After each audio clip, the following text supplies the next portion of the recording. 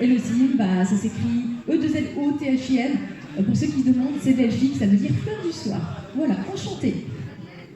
Et comme vous pouvez le voir, je suis spécialisée dans la conception d'armures. Ah, excusez-moi, on me parle. Je reviens. Oui. Ah. Alors, je pose mon épée. Apparemment, j'ai une télécommande pour mes diapos. C'est trop bien la technologie. Ok. Eh bien, super. Alors, je suis désolée, ça va être moins visuel pour vous. Une petite télécommande au lieu d'une épée, c'est un petit peu moins stylé, mais ça sera beaucoup plus pratique pour nous. On va tester. Waouh, trop bien, ça marche. Incroyable. Bon, du coup, pour ceux qui ne me connaissent pas, petit topo vite sur mon parcours, voilà, tout ça. Je vais pas parler de ça pendant 30 ans non plus, mais en gros, je suis cosplayeuse professionnelle, c'est-à-dire que c'est mon métier. Donc aujourd'hui, j'en vis. J'ai pas fait ça tout le temps. Avant, je travaillais dans les hôpitaux, donc ça avait vraiment rien à voir. J'étais manipulatrice en électroradiologie médicale. Et ensuite, j'ai fait ma reconversion, j'ai créé mon auto-entreprise. J'ai fait des concours de cosplay, j'ai gagné 3 mondiaux de cosplay, finalise en 4e que j'ai pas gagné, voilà. Mais sinon, je me suis lancée dans les cours de cosplay, j'ai une petite école où j'enseigne aux jeunes. Et là, aujourd'hui, j'avais envie de vous montrer un petit peu les insides, les dessous de comment on se lance dans le cosplay, comment on crée ses premières armures, quels matériaux on utilise pour faire quoi, quand on veut quel rendu et surtout pour quel budget. Voilà. Donc là, le principe, c'est que si vous avez des petites questions, vous levez la main, on n'est pas nombreux, et vous pouvez les poser à n'importe quel moment, un peu comme si on était en classe, comme si on faisait un cours tous ensemble. Donc c'est vraiment chill, c'est super convivial, alors vraiment, n'hésitez pas, il n'y a aucune question qui est idiote ou débile. Voilà, sachez-le. Allez, c'est parti. Vous avez vu, j'ai la petite leçon. Alors, tout d'abord, première question. Quand vous vous lancez dans le cosplay, souvent, moi je vois, mes élèves me disent, mais quel cosplay je dois choisir? En fait, il n'y a pas forcément de bon ou de mauvais cosplay. Voilà. Vous voyez sur cette image ici, ça c'est moi sans mon armure. Ouais, c'est mes vrais cheveux, j'ai les cheveux bleus en fait en dessous.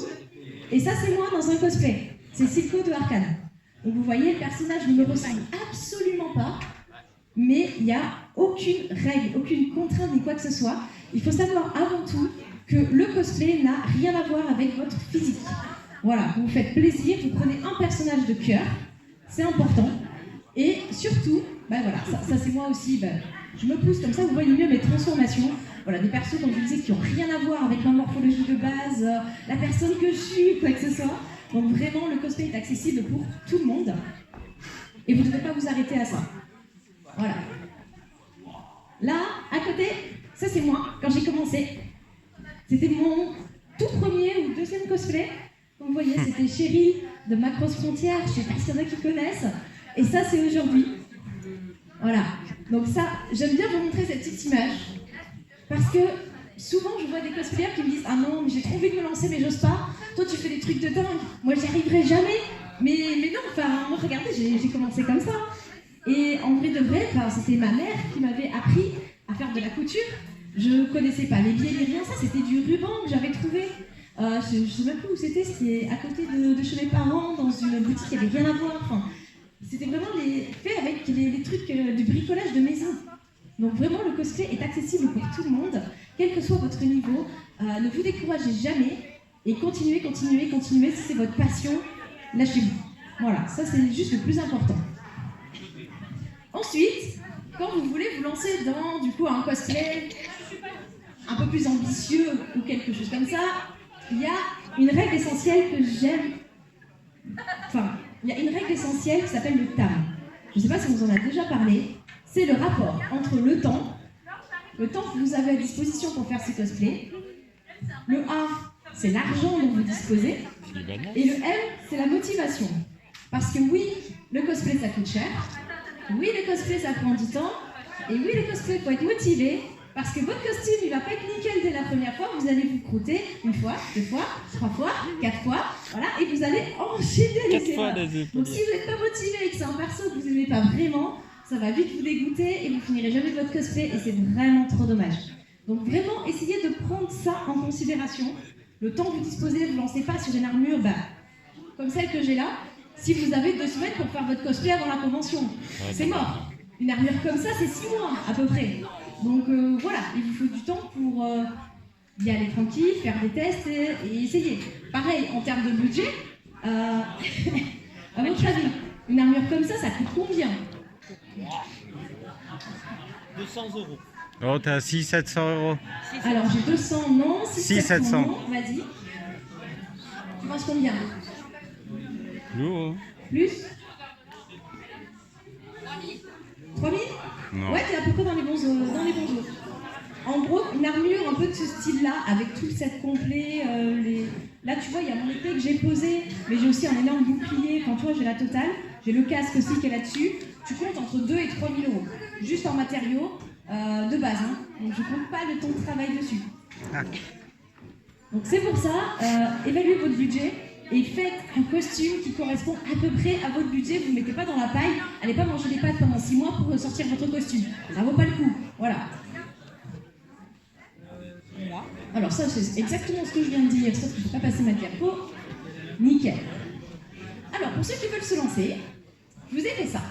Donc si vous voulez, vous pouvez prendre en photo, parce que ça va vous servir. Ça, c'est votre petit matériel de base.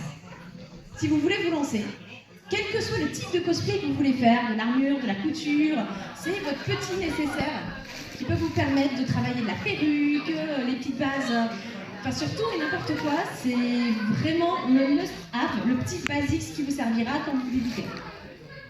Si c'est bon pour tout le monde, si vous avez pris une petite photo, je passe à la suivante. Oh merci, vous avez vu, il me fait une belle décoration de devant de scène. C'est très gentil. Ah, je reviens? Attends, vas-y, il y avait des photos qui n'étaient pas encore prises, je me pousse. Comme ça, vous pouvez faire vos petites photos de votre kit. Voilà. C'est bon pour tout le monde? J'ai oublié de marquer de la place. Ok, c'est nickel. Alors, maintenant, c'est moi qui vous embête. Un petit quiz, les amis. Oui. En gros, là, maintenant, ce qu'on va faire, c'est qu'on va rentrer dans le vif du sujet. Je vais vous apprendre à faire des armures en cosplay. Mais il y a quelque chose qui est très important d'assimiler, c'est qu'il n'existe pas qu'une seule technique pour faire des armures. Il existe plein de méthodes, plein de matériaux. Et là, vous allez me dire, ok, mais moi je ne sais pas quel matériau je dois choisir pour, est-ce que je dois prendre de la mousse, est-ce que je dois prendre du Worbla, est-ce que je dois prendre du PVC, de l'impression 3D, j'en sais absolument rien. Et bien en fait, chaque matériau a ses spécificités, va avoir un visuel et un rendu, des points positifs et des points négatifs. Et pour ça, on va faire un jeu. Le but, c'est que je vais vous montrer des images et vous allez devoir deviner dans quels matériaux sont faits les cosplays. Et moi après, je vous explique comment ça marche. Ça va, vous êtes chaud? Ouais. Ouais. Allez, c'est parti. Premier quiz. Tic-tac, tic-tac. Ok, déjà? Vas-y, je t'écoute. EVA. Ah là là, elle a déjà trouvé. EVA, elle a dit. EVA, en fait, ce sont les mousses. C'est tout ce qui va être mousse, EVA foam, tout ça. Vous le voyez notamment ici, ça c'est un cosplay du coup de Nautilus de League of Legends fait par Skull. Bon, ça c'est moi. Là c'est Shimeman, là c'est Shema des Twins. Et là c'est encore moi avec le bouclier que j'ai pas pris aujourd'hui. Maintenant, est-ce que quelqu'un sait quels sont les avantages à utiliser de la mousse dans une armure? Ouais, légèreté, premier, bien. Facile à travailler, oui, c'est accessible aux débutants. Ouais. Thermoformable. On peut tout faire avec, tout moduler comme on veut. Ouais, thermoformable, du coup, elle disait, tu peux tout moduler et tout faire. Ouais, il m'en reste juste un. La densité. La- La densité par rapport au travail des plaques. Oui, mais t'as pas le mot-clé que j'ai envie de te faire dire. Il manque juste un petit mot-clé. La densité, le poids, Ça a été dit. Ça a été dit, ça a été dit. Relâchez, c'est encore dit.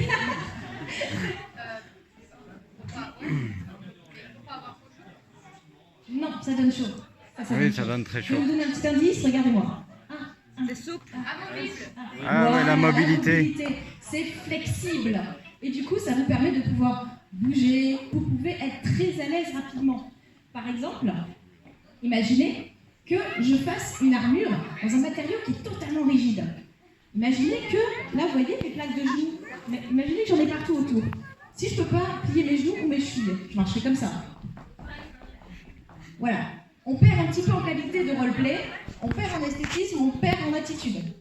Là, je peux plier. Vous voyez ma cheville? Il y a de l'armure partout dessus et je peux plier. Ça gêne absolument pas. Je vous ai fait un petit récap. Donc ça, c'est moi dans mon costume de vaille. Vous voyez la taille des mains? Il y a beaucoup de mousse parce que sinon, je ne les lèverai pas. Je passerai toute ma journée avec les mains en bas. Hop. Et la mousse, au départ, ça se présente comme ça. Je vous ai apporté des petits échantillons pour ceux qui ont envie de voir dans leurs mains à quoi ça ressemble de base avant que ce soit travaillé et que ça ressemble à tout ça. Donc juste derrière vous, voilà, vous avez mon cher assistant épée, télécommande, la totale qui vous emmène des petits échantillons de mousse. Et effectivement, comme tu disais tout à l'heure, vous allez voir qu'il y a certaines mousses qui sont plus ou moins denses que d'autres. La densité, c'est quoi? Ça correspond à quoi? En fait, c'est votre flexibilité. En fait, la mousse, plus vous allez prendre une mousse qui va être de basse densité, plus vous allez pouvoir la plier. Elle va être flexible. Du coup, ça va être très très bien. Par exemple, si vous avez des cordes à faire, vous devez plier votre mousse dans plein sens, dans pleine orientation, ça va être très facile à travailler et ça va très bien s'adapter. Par contre, si vous avez, par exemple, je sais pas, une épée, et que vous me faites une lame juste avec de la mousse low densité, quand vous allez vous battre, elle va faire voilà, elle va être toute molle là, hop, et vous n'allez jamais avoir un truc qui est intéressant et qui est réaliste. Donc là, il faut partir dans une densité qui est très très très élevée, pour avoir une épée qui soit bien droite et qui ne bouge pas. Et pour qu'en plus elle soit solide, on va mettre à l'intérieur, vous voyez comme dans celle-là, une tige qui va rigidifier, qu'on appelle une lame. En fait. Et dans les armures, les accessoires, ou toutes les choses qui vont être faites en mousse, vous allez avoir besoin de légèreté, comme on disait tout à l'heure, aussi un peu de flexibilité, mais si vous voulez aussi de la résistance, vous les renforcez à l'intérieur. Vous pouvez prendre l'épée si jamais vous voulez pour sous-peser, regarder, il n'y a aucun problème. Voilà, n'hésitez pas. Hop. Là, ce que vous voyez par exemple, c'est mon cosplay de Kay le Pentakill. Vous avez des ailes de 4,50 m motorisées, voilà, montées sur des vérins de chaque côté. Et à l'intérieur, vous voyez, j'étais obligée de faire ça en mousse pour que ce soit ultra léger. Mais comme je vous disais, c'est pas résistant. Du coup, structure en aluminium au centre, mais la mousse, vous voyez, ça c'est de la très faible densité parce qu'il y a beaucoup d'arrondis. Et au final, ça vous permet de faire une espèce de mix et d'avoir quelque chose qui est optimisé. Voilà. Donc là, vous voyez ma petite structure. Bon, dans mon salon, je ne pouvais pas les ouvrir en entier, sinon ça touchait le plafond. Si vous avez des questions, n'hésitez pas. Comme je disais, vraiment, s'il y a des trucs qui ne sont pas clairs, voilà.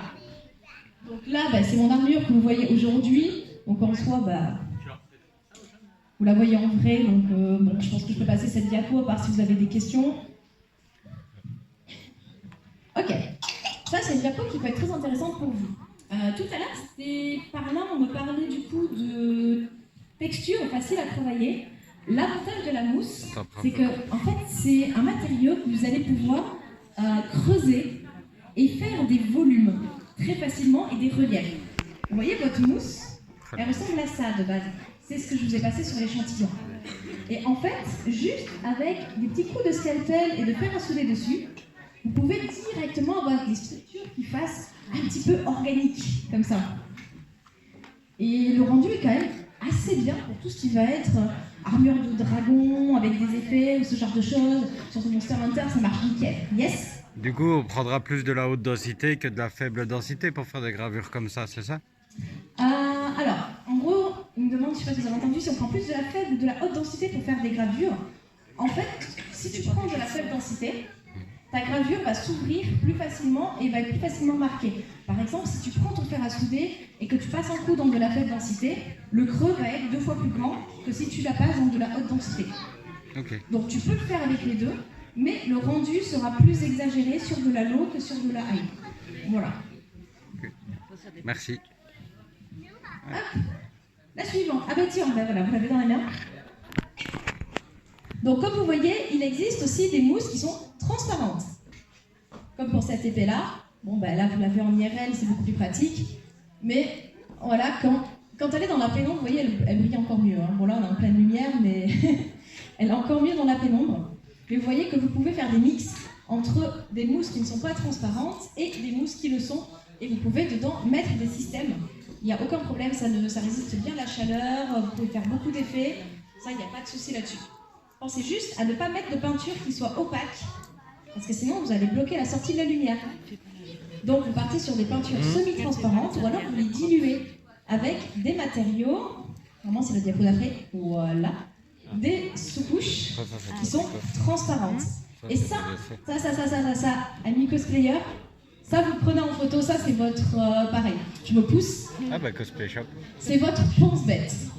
En gros, la mousse, c'est quelque chose de flexible, de souple. Si vous mettez par-dessus de la peinture ou de la sous-couche qui est solide, ça va s'écailler, ça va craqueler. Et votre peinture ne va pas tenir. Et l'effet va être terne, va être tout absorbé, ça va être dégueulasse. Ça, ce sont des marques qui, dedans, ont des composantes flexibles qui vont accrocher et qui vont suivre les mouvements. Du coup, votre peinture ne va jamais se craqueler si vous utilisez ces marques-là. Vous avez la toute première, le FlexiPaint. On vous en a sûrement beaucoup parlé. Le FlexiPaint, c'est bien. Mais c'est difficile à travailler parce que ça laisse de grosses traces de pinceau et c'est très collant. Donc si jamais vous utilisez cette marque-là, vous la diluez avec de l'eau et vous faites plusieurs couches. Si jamais vous prenez du Plastizip, c'est trop bien, c'est une bombe. Vous avez juste à sprayer comme ça dessus, c'est génial. Par contre, il faut que la bombe soit réchauffée avant de l'utiliser. Donc vous mettez dans un bol un petit peu d'eau chaude, vous la faites tremper dedans et une fois qu'elle est à température ambiante, vous l'utilisez. Sinon, ça fait des gros crachats et ça tue tout ce que vous avez fait en dessous. Voilà, c'est pas ouf. Le FlexBond, c'est un peu comme le FlexiPaint, c'est surtout la marque qu'utilisent Kamui et toutes les autres grosses cosplayeuses. C'est juste que chez nous, ça coûte un peu cher en frais de port et que ça laisse des traces de pinceau aussi, donc c'est pas forcément la plus optique. Le Ripollo que vous avez à côté, c'est notre low cost à nous. C'est ce que vous trouvez chez Casto, le Roi Merlin et tous les magasins de bricolage. À la base, c'est de l'étanchéité de toiture. Vous pouvez vous en servir de sous-couche, vous pouvez vous en servir de vernis et vous pouvez vous en servir de médium, donc de diluant pour tout ce qui va être peinture et avoir de la transparence dedans. C'est un 3 en 1. Voilà. Et il y a une autre marque que j'ai pas mis là-dedans, mais qui est le X-Flex, mais qui se fait surtout à l'étranger. Vous n'en trouvez pas souvent en France, mais elle marche très très bien. Et elle laisse pas de traces de pinceau comme le FlexiPaint ou le FlexBond. Donc elle est mieux, mais elle est plus chère. Voilà. Donc ça, c'est un petit résumé avec les prix, à peu près, de combien ça coûte, pour que vous puissiez imaginer en termes de budget. Une plaque, c'est entre 35 et 50 euros. Une plaque, ça va faire entre... une plaque XL, c'est quoi? C'est 1,50 m sur 2 mètres, à peu près, sur une plaque XL. Et vous êtes autour des 50 euros sur une grosse plaque comme ça. Plus c'est dense, plus c'est cher. Moins c'est dense, moins c'est cher. Donc voilà votre fourchette. Pour info, une armure comme celle-là, il y a 4200 écailles. Donc imaginez le nombre de plaques. Voilà. Est-ce qu'il y a des questions? Oh, ça va, je suis claire. Ah, vas-y. Petite question encore moins. Est-ce que tu as déjà testé la différence entre le Plastizip, la marque, et celui de chez Action, qui est, pour le coup... Alors, on me pose la question, quelle est la différence entre le Plastizip, la marque, et celui chez Action? Alors, moi, j'ai pas testé celui de chez Action, mais j'ai une copine qui a testé et qui a fait des comparatifs. Elle m'a dit que le Plastizip chez Action finissait par se craqueler et adhérer moins que le Plastizip direct de la marque. Okay. Donc je ne l'ai pas testé, mais de ce que j'en ai entendu, vaut mieux payer 5 euros de plus et avoir la marque que d'avoir ton cosplay qui s'effrite au bout d'un week-end quand tu l'as porté. Voilà, le ratio est plus worse. Ok, super. D'autres questions ou next? Quiz suivant. Allez, c'est parti. Quels sont ces matériaux? Je vous écoute. Ah, mais trop bien. Alors, toi, je vais demander ici. Toi, tu connais. Le Warbler, mais trop bien, vous êtes trop fort. Il n'y a même pas d'erreur. J'ai même pas de quoi vous estimer un petit peu, en fait, vous trouvez direct. Bon, déjà, la question, qui ne connaît pas le Warbler? Ok. Bon, ça va à peu près la moitié. Alors, déjà, comme vous pouvez le voir en termes de différence, les rendus des armures, ça n'a rien à voir avec la mousse. ou ce que je vous ai montré tout à l'heure. Vous savez ce que je vais vous demander, comme pour la mousse? Quels sont, à votre avis, les avantages à utiliser du Worbla? Quelles sont les différences que vous voyez? C'est beaucoup plus rigide, exactement. Autre chose? Thermoformable. C'est thermo.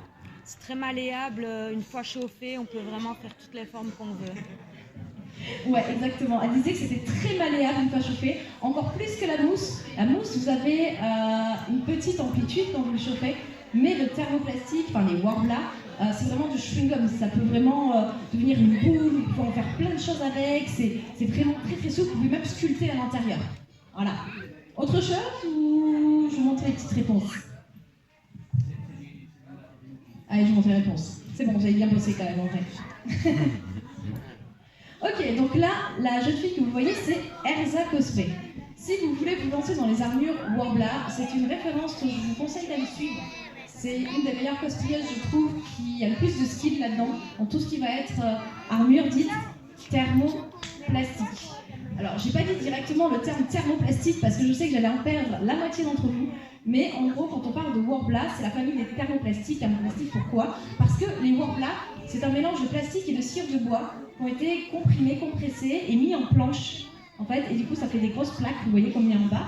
J'en ai ici, je vous en ai amené, vous allez pouvoir le toucher et le prendre dans vos mains. Comme ça, vous allez vraiment voir la différence par rapport à de la mousse. Voilà, vous voyez les plaques, il y a un côté qui est brillant et un côté qui est un peu granuleux. Le côté brillant, c'est un côté qui est autocollant. C'est-à-dire que vous avez juste à le chauffer et vous le mettez sur une autre plaque et le côté collant, en fait, va s'adhérer directement. Vous n'avez pas besoin d'utiliser de colle dessus. Vous avez juste à chauffer, plaquer et une fois que c'est froid, c'est fusionné. Voilà. Je vous ai amené aussi un petit Tibra. Vous voyez à côté, c'est un autre thermoplastique, sauf que les deux ont un toucher totalement différent. Le Tibra va être totalement lisse des deux côtés. Le Tibra... Pardon, je suis encore un peu malade. Le Tibra va vous permettre de faire des costumes avec une finition impeccable. Imaginez, vous allez faire une armure de Stormtrooper. Vous allez prendre un Tibra qui va être totalement lisse, qui va faire un côté futuriste. Imaginez maintenant que vous allez faire un costume de Spartiate, avec du bronze, travailler en effet métal. Vous allez partir plus sur l'autre, qui a déjà de la texture, vous allez pouvoir créer cet acier un peu vieilli, un peu forge. Ça va être beaucoup plus intéressant à travailler. Je vous ai marqué... Ah merde, je parle beaucoup trop, pardon. Faut que j'accélère, on m'a dit. Donc, vous voyez ici, je vous ai marqué un petit peu les résumés. Généralement, on va utiliser les thermoplastiques pour tout ce qui va être armure fine, à l'inverse de la mousse. Vous voyez, la mousse, on l'utilise pour les armures volumineuses, qui doivent être légères, flexibles et tout ça. Là, à l'inverse, c'est pour les armures très proches du corps, fines, solides, qui ont rendu réalistes. On peut faire des effets de peinture assez patinés, avec des effets métaux, chose qu'on n'aura jamais avec de la mousse. Sur de la mousse, t'as beau faire un effet métal avec ta peinture, on verra quand même que c'est de la mousse quand on va la regarder. Alors que là-dessus, tu peux vraiment faire illusion. Et ça, c'est vraiment la différence. Donc là, vous voyez, par exemple, on s'en sert en recouvrement. Ça, c'est moi chez moi, une de mes armures que j'ai fait du coup en Tibra. Et ça, c'est du Worbla. Donc vous voyez, il y a les formes. Vous les chauffez, vous mettez dessus et ça va directement se mouler. Vous voyez, ça se ramollit là et ça va se mouler par-dessus jusqu'à prendre littéralement les formes. Ça, c'est quand j'ai recouvert une corne. Vous voyez la forme qui apparaît en dessous. Donc vous mettez sur n'importe quelle structure et en fait, c'est un petit peu effet chewing-gum comme je dis. Voilà. Donc le Tibra, moi je le travaille avec un pinceau et de l'eau parce que ça prend tellement les empreintes, c'est tellement sensible, c'est tellement précis que ça va prendre l'empreinte de votre doigt si vous vous écrasez avec en fait. Donc je ne touche pas directement, mais vous pouvez toucher les autres thermoplastiques qui sont moins précis que celui-là. Voilà. Vous voyez le Tibra? C'est tellement précis que ça moule les rides du visage. Voilà, les pores de la peau, les rides du visage. Et ça, c'est utilisé notamment au cinéma ou dans la mode. Justement, quand vous voyez des défilés où elles ont des tenues complètement atypiques, avec des armatures de fou, ben en fait, ça vient de là, à la base. Alors, il existe aussi du transparent. Vous pouvez soit en faire ce que vous voulez, il y en a qui se sont fait un kiff. Ça cache pas grand-chose, hein, je pense pas qu'en GN ce soit très utile. Mais vous pouvez aussi faire de la lumière avec, comme vous voyez. Là où la mousse va diffuser beaucoup, là, on va avoir un côté qui est tellement transparent que si vous ne mettez pas beaucoup d'épaisseur et beaucoup de couches, on va voir le point de la LED à l'intérieur, donc il faut faire quand même attention à bien diffusé, mais vous pouvez en mettre, ça existe et c'est compatible avec tous les autres Warbler. Si vous chauffez transparent, vous pouvez le mettre sur du finesse, vous pouvez le mettre sur du Tibra, ça pose pas de problème, ça va se coller ensemble, ça s'adhère ensemble. Petit résumé pareil. Donc là, par exemple, le Warbler, le finesse, qui est le plus résistant, le plus costaud, le classique que vous avez eu l'habitude d'utiliser, qui sert surtout pour les ossatures, les armatures, les trucs costauds qui vont beaucoup s'impacter, se frotter, avoir des contraintes ou des frottements. Et après, vous avez le black qui est plus pour de l'ornement, des petites armures fines, qui est moins résistant, qui va se déchirer plus facilement, mais qui est plus lisse. Et en dernier, le Tibra, qui est encore plus lisse, mais du coup qui est un peu plus difficile à travailler à cause de la prise d'empreinte. En termes de prix, on est un tout petit peu plus élevé que de la mousse. Voilà. Est-ce que vous avez des questions là-dessus? Je t'écoute. Si on veut faire chauffer, on est obligé d'avoir fait un patron en dessous pour faire chauffer ou on peut le... Alors, tu peux directement chauffer et le mettre sur toi, mais tu vas te brûler. Du coup, c'est pas ouf. Et en termes de qualité, moi, je préfère quand même avoir un patron en mousse en dessous, surtout parce que c'est très sensible à la chaleur. Tu vas à Japan Expo, avec le soleil, où tu laisses ton cosplay dans la voiture, si tu mets rien en dessous pour renforcer, bah en fait, il va se ramollir, il va fondre dans ta voiture et il va faire une flaque. Voilà. Donc, l'hiver, ça ira, mais l'été, c'est pas ouf. Donc, moi, je mets toujours de la mousse en renfort en dessous, ou si tu as des plaques très très fines, tu le doubles.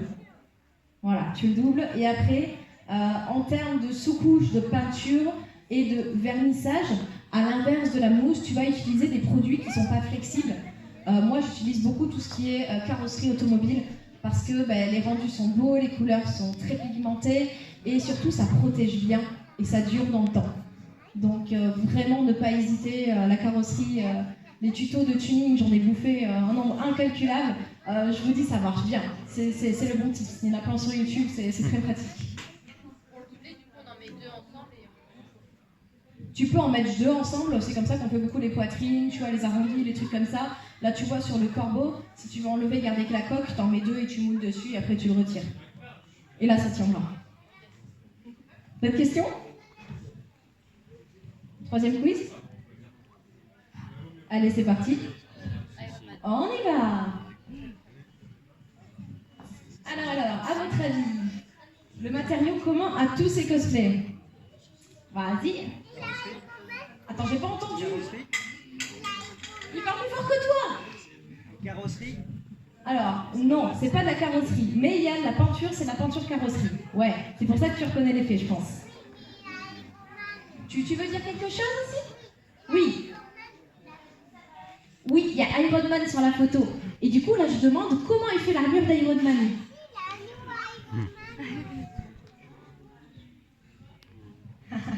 Avec du métal? Ah, attends, il a jamais parlé. Je suis désolée, tu as toujours les bonnes réponses, tu vois. C'est ton problème, ton point faible trop fort. Hein, donc voilà, c'est ça. Vas-y, Azuro, je t'écoute. De l'impression 3D? Ouais, c'est bien. Bravo. Oh, vous pouvez l'applaudir, effectivement. Impeccable.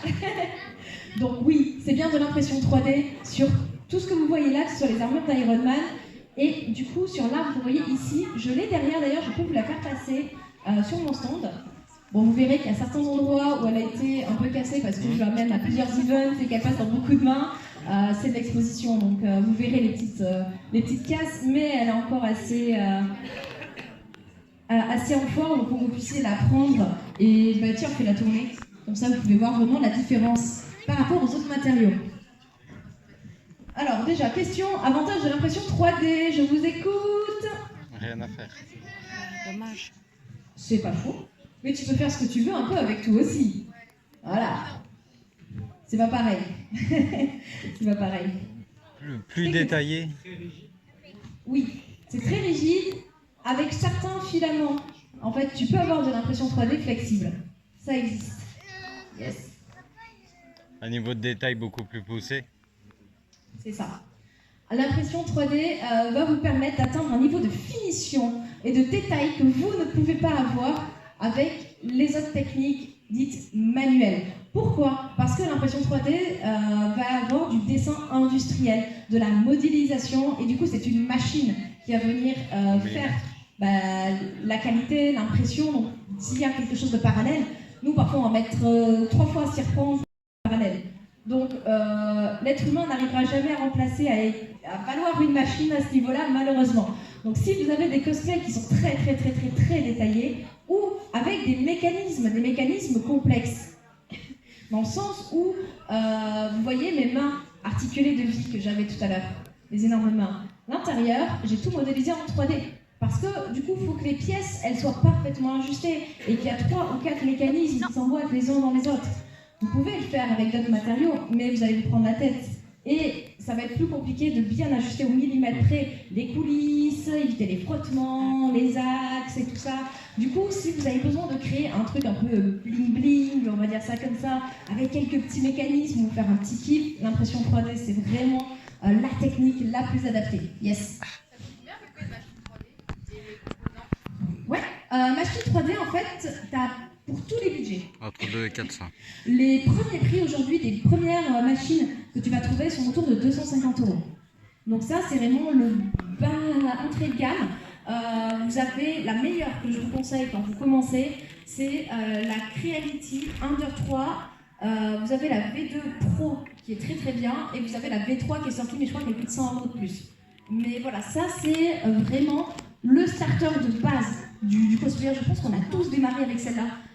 Vous allez avoir certaines marques, Red Flag, je suis désolée, les Dagoma vous achetez jamais, mais vraiment jamais. Désolée les gars, mais c'est une machine qui a toujours des problèmes de calibration, enfin c'est compliqué, il y a toujours des problèmes avec.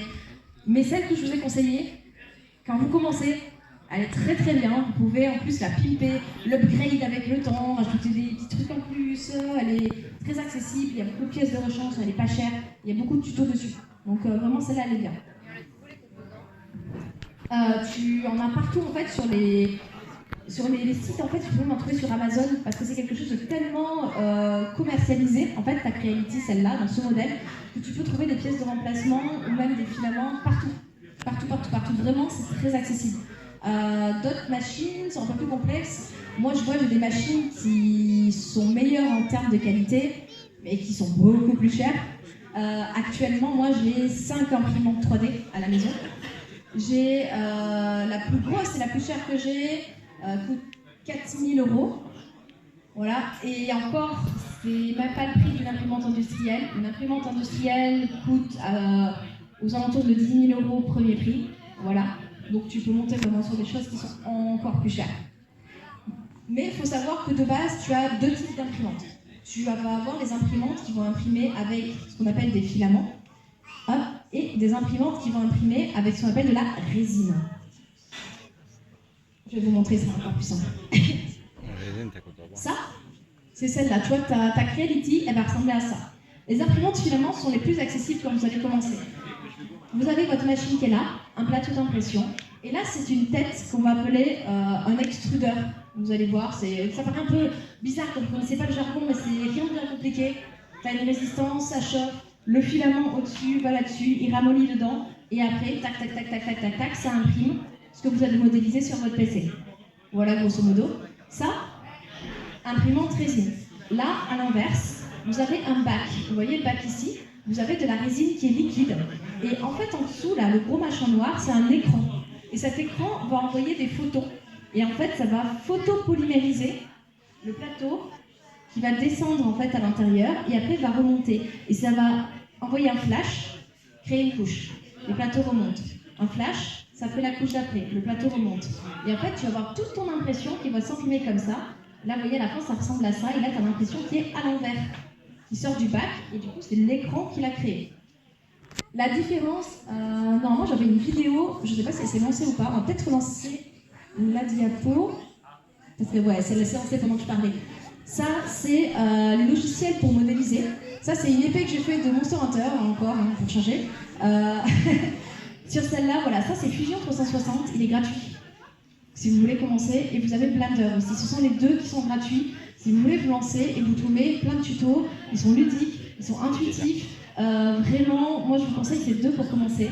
3ds Max, Maya, ou tous les autres que vous avez après sont payants.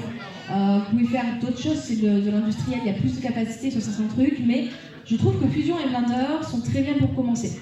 Voilà. Et si après vous voulez faire de l'organique, des visages, de l'IFX, vous avez ZBrush qui est un peu cher.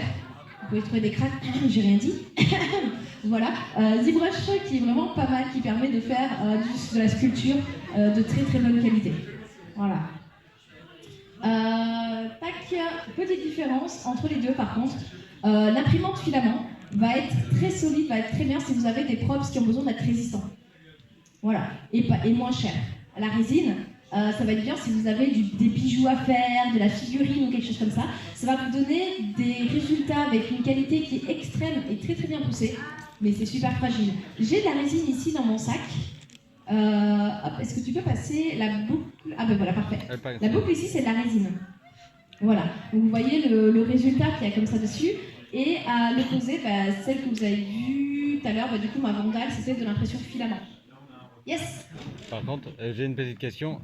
Par rapport aux imprimantes filaires, donc la première, on voit souvent, du moins sur TikTok, qu'il y a des erreurs de couches, d'impression et tout ça, et que ça se décale. Est-ce qu'il y a ce problème-là aussi sur ça, la résine ou pas? Alors, la résine, il va y avoir des... Alors, je sais pas, attends, je vais répéter pour ceux qui n'ont peut-être pas entendu. En fait, il disait que sur TikTok, on voyait souvent que sur les imprimantes filaments, il y avait des erreurs, notamment avec des couches qui se décalent et qui impriment en vide et que ça fait des grosses bouliches comme ça avec des filaments et c'est tout pourri. Il demandait s'il y avait ce même type d'erreur sur la résine. Il n'y a pas cette erreur-là, mais il y a d'autres types d'erreurs. Par exemple, sur la résine, il peut arriver que ton impression ne se fasse pas, que ton plateau remonte vide. Ou alors que l'impression se fasse sur le bac et pas sur le plateau. Voilà. Ou que ton impression commence à monter et après tu as une partie qui se décolle et elle tombe dans ton bac. Voilà. Donc c'est d'autres types d'erreurs. Il y a plein de petits tutos de toute façon pour apprendre à gérer ce genre de choses. Aujourd'hui c'est assez accessible, que ce soit sur TikTok ou sur d'autres sites. Moi j'essaie de vous en montrer un petit peu parfois. Sur TikTok je fais des mini tutos de temps en temps, que ce soit sur des warblades, de l'armure, que ce soit là-dessus. J'essaie d'en faire un petit peu, de montrer un petit peu comment on s'en sert. J'en ai fait un sur la résine d'ailleurs il n'y a pas longtemps où je montrais comment modéliser, comment ça sortait, comment on nettoyait l'impression, comment on le fixe à l'UV, tout ça, enfin, toutes les petites étapes pour faire en sorte que ça fonctionne. Mais c'est quand même des processus qui sont assez longs à faire, sachant que vos résines elles sortent, vos impressions ne sont pas toutes belles. Vous voyez ça? Ça c'est une impression filament. Quand ça sort, bon celle-là elle est un peu exagérée aujourd'hui, on fait un petit peu plus précis, mais vous voyez les espèces de strates, de couches comme ça là. Mais ça c'est avant le traitement et ça c'est après le post-traitement.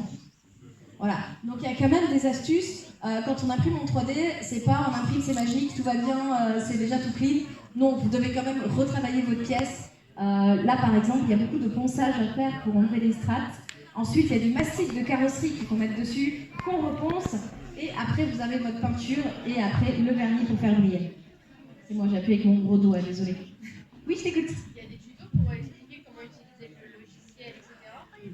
Oui, il y a beaucoup de tutos. En fait, tu as des tutos pour tout. Moi, tu vois, j'ai appris la modélisation 3D en autodidacte. Comme je disais tout à l'heure, j'ai fait des études de médecine, puis après je suis partie en physique, tout ce qui est radiologie et tout ça, donc j'ai vraiment pas eu ça dans mon cursus, rien du tout. J'ai tout appris avec des tutos. Vraiment, c'est tutos, plus les premières machines qui coûtent pas cher, tu te fais la main dessus, tu testes, tu te casses la tête, tu t'énerves, tu cherches des tutos, tu comprends pourquoi, tu bidouilles, tu recommences, et après petit à petit, tu arrives à capter, et maintenant, ça va, je me débrouille. D'autres questions? Ok. Prochain petit quiz. À votre avis, quel est ce matériau? Ok, vas-y. Peut-être batterie. Je peux tout casser.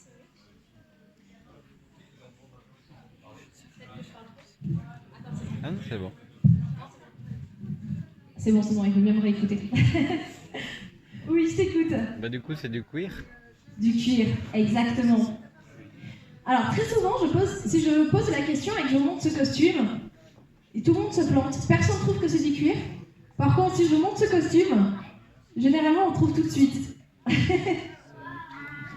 Alors, généralement, le cuir, ça va plutôt être utilisé pour tout ce qui va être médiéval, fantastique, réalisme. Vous voyez ma ceinture, c'est du cuir.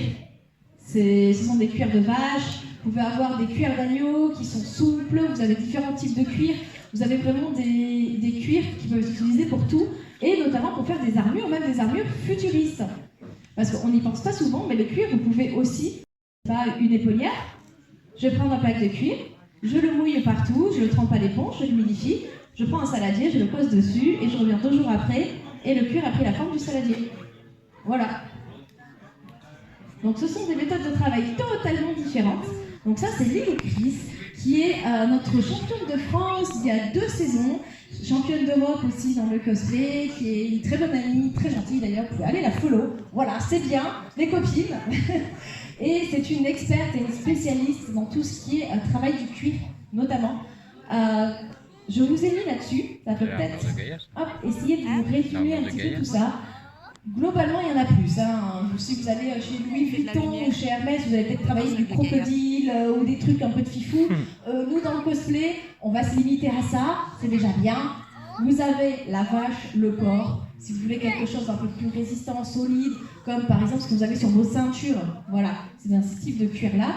Et après, si vous voulez de l'habillement, par exemple, faire des pagnes, des capes, des trucs comme ça, des trucs un peu plus souples, des vestes, vous allez partir sur de l'agneau. J'ai un petit bout de cuir là-dedans, là, qui est en train de passer. Ah ben, là, vous avez, du coup, celui-là, c'est de la vache. Vous avez en dessous, et par-dessus, j'ai fait de la côte de maille. Donc voilà, donc du coup, il y a des anneaux, je crois que ce sont ceux en acier, ceux-là, et plaques d'aluminium, je crois, que j'ai mis, aluminium anodisé dessus. Mais voilà, donc ça, c'est un de mes brassards, vous voyez le poids, déjà. Si vous sous-pesez par rapport, du coup, aux mousses que je vous ai fait passer tout à l'heure, au thermoplastique, on est vraiment sur quelque chose de traditionnel, de plus lourd, de plus costaud. C'est pas la même chose. Hein. Une armure entière comme ça, c'est lourd. J'ai une armure, que vous voyez sur les photos là-bas, c'est 17 kg sur le dos. Hein. Voilà. Ouais, t'avais une question ? Ouais, il y a le cuir vegan aussi, que je pense que Chiméral, elle l'utilise de temps en temps sur certaines armures. Ouais, c'est ça. T'as le cuir vegan, Je vais juste intervenir. Ouais, vas-y. Le cuir ne peut pas être vegan. En fait, c'est des sortes de tannage, c'est ça ? Non, Non, pas le cuir, c'est automatiquement animal. C'est animal. Et c'est ça. Mais c'est qu'il y a des... Le vegan, en fait, c'est on va dire plus un tissu. On va parler plus de tissu qui ressemble un peu au cuir. Mais ça style de simili. Prends le micro, c'est intéressant en vrai. Vas-y. Non, parce que cette discussion de cuir vegan, c'est... Moi, j'en utilise pas. Pour ceux qui sont dans le cuir, c'est un petit peu... Ouais, ça fait un peu... C'est un peu du simili. Mais je sais qu'il y a beaucoup de cosplayers qui n'utilisent pas de cuir, pas de fourrure, rien de matériaux animal. Et du coup, je sais qu'il y a les cuirs vegan comme ça. Et justement, moi, je ne l'utilise pas, mais du coup, c'est pour ça, c'est grave intéressant, ton intervention. Et du coup, c'est un tissu, c'est ça ? C'est plus en tissu, on va appeler ça plus du tissu, ou alors vraiment le simili-cuir. Un simili-cuir plus le terme exact. Ça marche. Bon ben voilà, merci du coup pour le spécialiste, qu'on peut applaudir. Ouais. Merci. Impeccable. Au top. Est-ce qu'il y a une autre question d'ailleurs? J'ai pas pu aujourd'hui. On n'ose plus. C'est pas grave. Mais non, mais au contraire, c'est trop bien. Ok. Yes, on va passer à la suivante. Bah ça c'est moi par exemple, du coup pour vous montrer, c'est mon petit setup de travail de cuir. Je ne vais pas vous expliquer qu'est-ce qui est quoi pour travailler tout ça, parce que ça fait beaucoup. C'est juste pour vous montrer qu'en fait, c'est beaucoup de matériaux différents que vous n'avez pas forcément à la maison. Et du coup, c'est un réel investissement. Vous voyez tout ça, c'est un set qui coûte quand même assez cher. Vous avez des starters sur Amazon si vous voulez vous lancer. Mais ça ne sera pas la qualité d'un véritable artisan. Et au bout d'un moment, vous allez être un petit peu limité, il faudra l'upgrade. Mais si vous voulez vous lancer, vous avez des kits starters. Et je vous ai mis une petite vidéo, alors là c'est pas bien, j'ai pas mis de gants, hein, voilà. Vous mettez des gants, moi je le fais pas, mais c'est pas très bien. Mais vous voyez que vous pouvez le teindre après, vous pouvez le patiner, vous pouvez rajouter des effets, vous pouvez aussi le sculpter à l'intérieur, enfin tu vois, on appelle ça du repoussage, en fait quand vous faites des volumes, voilà, je vais pas vous parler de tout le jargon, parce que sinon vous allez me regarder avec des yeux en mode ouh, compliqué. Mais voilà, le but c'est vraiment de vous montrer un petit peu ce que c'est. Je pense qu'il me reste pas beaucoup de temps, c'est le dernier. Bon, ça va, on a le temps de faire le petit dernier. Est-ce qu'il y avait des questions sur le cuir ou je vous montre le petit dernier? Trop compliqué. Bon, ben, est-ce que quelqu'un a une idée du matériau? Yes? Bien. Nickel, bravo, de la résine. Effectivement. Donc là, vous voyez, vous avez des résines qui ne sont pas transparentes et vous avez des résines qui sont transparentes. Donc ça, généralement, c'est moins accessible quand vous débutez le cosplay. Mais vous avez quand même quelques petits tips, quelques petites choses que vous pouvez faire avec tout ça.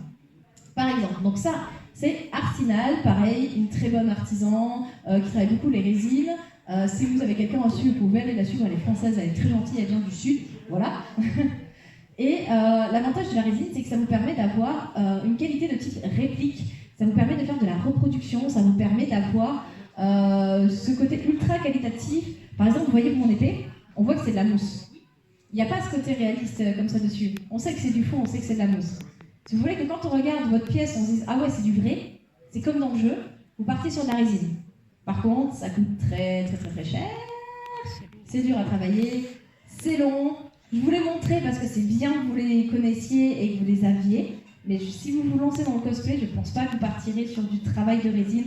On va être honnête pour l'instant, mais c'est bien quand même de pouvoir le voir. Yes. Du coup, au niveau du poids, c'est plus lourd ou plus léger que de la mousse? C'est super lourd. C'est super lourd. En vrai, je pense que le poids de cette dague, ça doit faire la moitié de mon épée.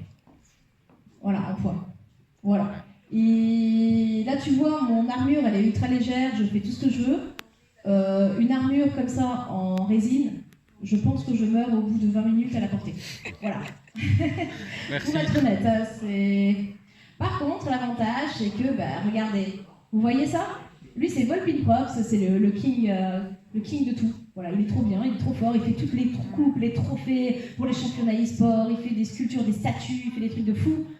Voilà ce qu'on peut sculpter avec, voilà le niveau de détail de qualité, et après, vous pouvez carrément faire des statues, des décors, des portions, des parties, même des monuments avec, enfin, vous pouvez tout faire. Enfin, c'est vraiment royal. Et l'avantage surtout de la résine, c'est qu'une fois que vous avez créé vos moules, vous pouvez refaire des tirages très facilement et faire de la reproduction rapide. Par exemple, vous avez un cosplay, vous avez une mitraillette, vous voulez créer des balles, et vous avez autour de vous une écharpe avec 300 balles. Ça va être très long si vous découpez les 300 balles à la main et que vous les fassiez une par une. Alors que là, vous achetez un petit peu de Monster Clay, qui est votre argile, on va dire, de sculpture. Vous sculptez dedans, vous faites un petit moule, vous en faites un. Vous prenez votre résine et vous coulez à la chaîne. Tac, je démoule, je démoule, hop, je démoule, hop, je démoule.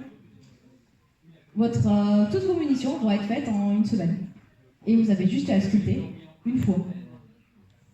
Voilà. Donc ça a ses avantages aussi. Autre chose, vous pouvez faire de la bijouterie.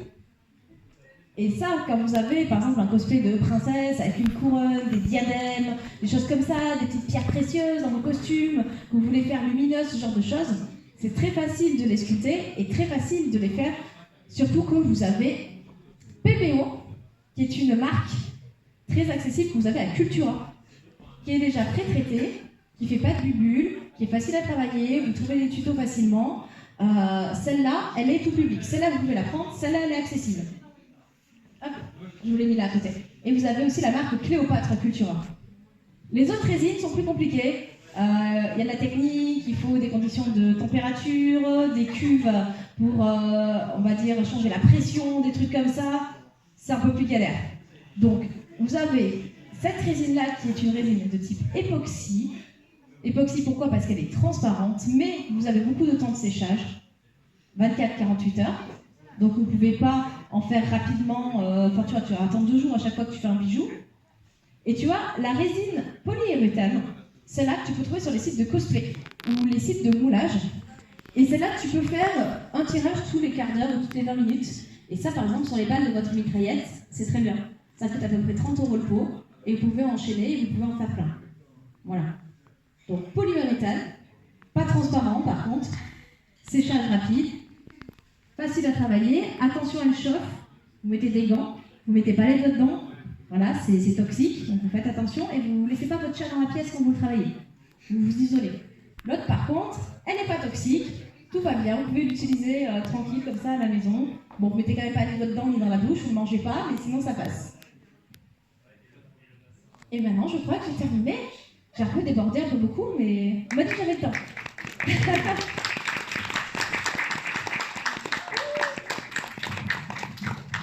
perruque qui glisse. Voilà. Est-ce que vous avez des questions maintenant? On a tout posé. Trop bien. Vous avez tout posé pendant le cours, c'est trop bien. Je vais en courant en disant que c'était nul, donc ça va, c'est ok. Si jamais j'ai des petits polycopiés, je peux vraiment vous l'envoyer. Si jamais il y a des demandes en particulier, si ça vous intéresse vraiment, il n'y a pas de souci. Vous m'envoyez un petit message et moi je vous ferai passer ça, il n'y a aucun problème. Voilà. Merci à vous tous. Merci. Ça m'a fait plaisir.